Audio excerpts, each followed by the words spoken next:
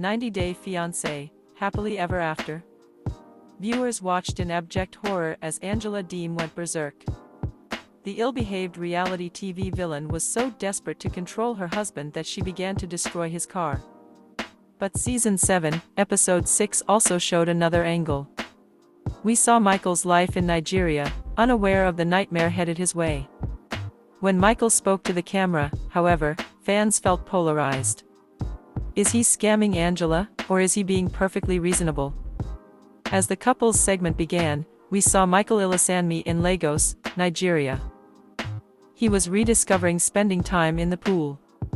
In his 20s, Michael had a traumatic experience in a pool and nearly drowned. He has avoided it for nearly a decade. Fortunately, his friends were there to support him as he cautiously waded into the water. Michael surprised some viewers when he called out a friend for making a joke at Angela's expense. These guys have met Angela, a fate that we wouldn't wish on our worst enemies.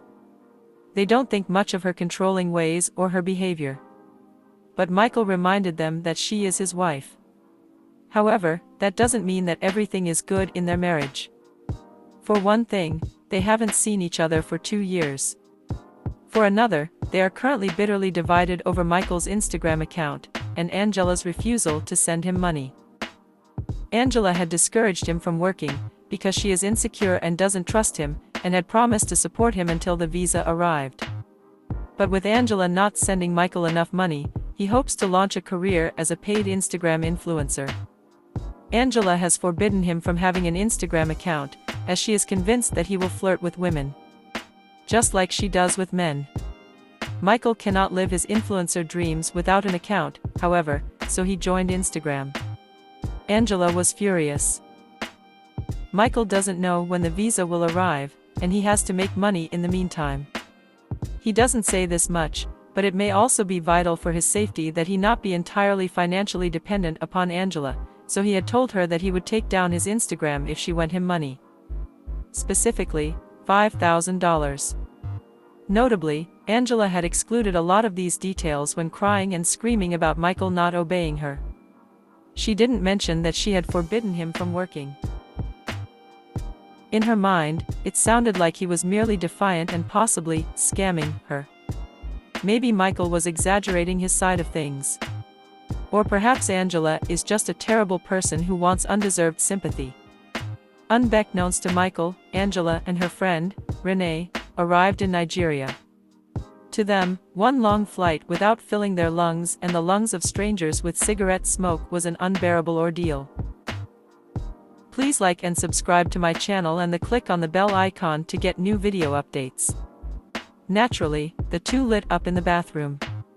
Smoking at airports was how the two first met, after all. In a rare moment, Angela showed a softer side to her personality. This was Renee's first time in Nigeria, and Angela pointed out places and recalled happier times with Michael. Sometimes, watching Angela's outlandish and toxic behavior, it is easy to forget that, deep down, she's a person inside. That night, Angela summoned the producers to her room to film. Why? Because she had worked herself up into a frenzy over a 3-word answer and an emoji. No, I won't, Michael told Angela after her latest demand that he deactivate his Instagram account. He also wrote LOL with a laughing emoji. He had answered her demand before.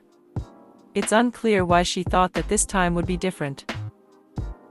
But Michael had no idea that Angela was just a short drive away from him.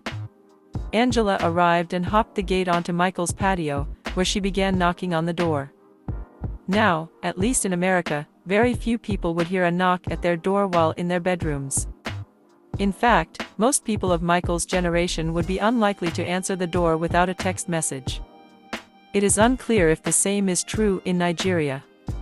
Angela's knocking and yelling did not avail her.